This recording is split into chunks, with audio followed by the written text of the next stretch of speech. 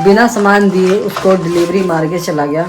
और उसमें थे किसी भी तरीके का कोई भी प्रॉब्लम है ना, तो सबसे पहले आपने कोशिश ये करना है कि उस पर आपने खुद रिक्वेस्ट जाके फिर मतलब खुद रिक्वेस्ट नहीं डालनी। सो ये गाइस, हमने फाइनली अमेज़ोन से मतलब ऑनलाइन शॉपिंग करके इतना सारा घर का सामान मंगाया है। और ऑनलाइन शॉपिंग करने में एक सबसे बड़ी जो मतलब सबसे बड़ी एक चीज़ हमारे साथ स्कैम ये हुआ है कि मतलब डिलीवरी पार्टनर आया और हमारे सामने ही खड़ा था, बिना सामान दिए उसको डिलीवरी मार के चला गया। और उसमें थे 400 रुपये के आसपास वो सामान था हमारा। वैसे होता है ना, जो कई प्रोडक्ट होते हैं कि टमोरो में नहीं होते अवेलेबल, तो वो नेक्स्ट डे के लिए होते हैं कि नेक्स्ट डे हो जाएगा बचा हुआ प्रोडक्ट, तो ऐसा हुआ है। तो अमेज़ोन के माई फ्रेश में मतलब जो ग्रोसरी का सामान है उससे हमने ऑनलाइन ऑर्डर करते हैं, ऑनलाइन सामान मंगाते हैं घर का, बाकी देखते हैं रिफ़ंड कब आता है। तो हमने मंगाया ऑनलाइन बहुत सारा सामान, कितना सारा सामान है। और अभी ये देखो पेस्ट ऑनलाइन मंगाने से ये 4 कोलगेट आए हैं, दिखाओ सुरकेश। तो इतने बड़े 200 ग्राम के कोलगेट के पैकेट हमें लेके आए हैं। ये मात्र हमें पड़ा है 260 रुपये का, और इसकी जो एक्चुअल में जो प्राइस है वो है 400 रुपये के आसपास।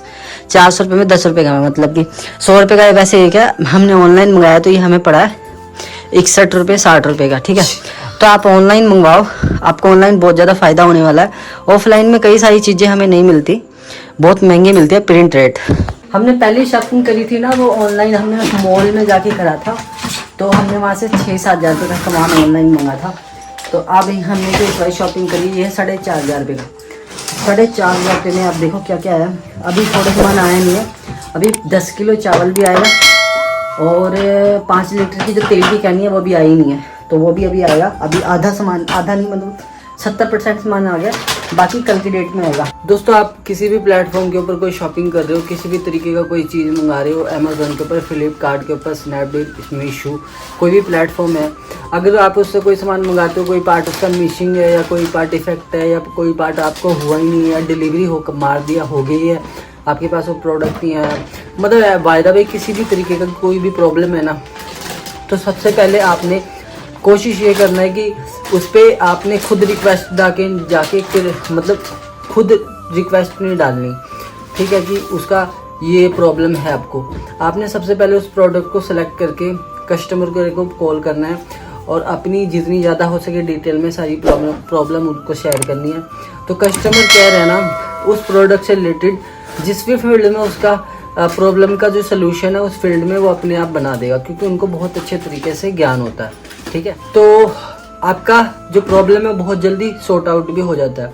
और गलती से अगर जाके आप खुद रिक्वेस्ट डाल देते हो कि मेरे साथ ये प्रॉब्लम हुई है, दिक्कत हुई है, खुद ही कर देते हो, रिक्वेस्ट डाल देते हो, तो जब वो सर्वे होता है ना, जब उसकी वेरिफिकेशन होती है, तो वहाँ पे बाय द वे उसकी जगह आपकी गलती पकड़ी जाती है कि आपने ही मतलब रिक्वेस्ट किसी और फील्ड में डालनी थी, आपने डाल दी किसी और फील्ड में, तो आपका काम थोड़ा स्लो हो जाता है।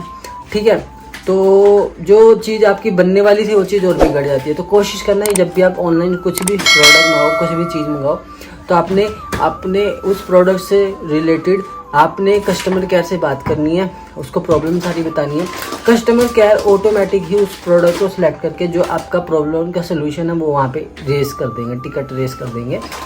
तो मैं आपको ये बताना चाहूँगा, और मेरे साथ जितने बार भी हुआ है मैंने ऐसे ही करा है।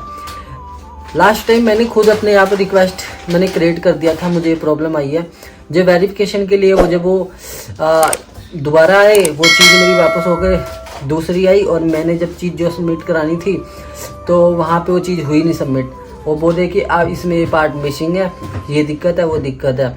और जब मैंने कस्टमर केयर को कॉल किया तो उन्होंने बोला कि आपको पता नहीं किस फील्ड में अगर आपको टिकट रेज करना है तो आपने क्यों किया। तो और ये 1 टाइम ही होता है, सिर्फ सेकंड टाइम नहीं होता। सेकंड टाइम फिर तो 14-15 दिन के लिए होल्ड हो जाता है। ठीक है, तो आप कोशिश करो कि कोई भी प्रॉब्लम हो तो खुद ना करो, उसको कस्टमर केयर को कॉल करके उससे करवाओ, वो बिल्कुल ओके करते हैं। तो मेरा ये वीडियो आपको कैसा लगा, ये इन्फॉर्मेशन मेरी कैसी लगी, प्लीज़ लाइक से कमेंट करके जरूर बताना। मिलता हूँ नेक्स्ट वीडियो में, बाय बाय।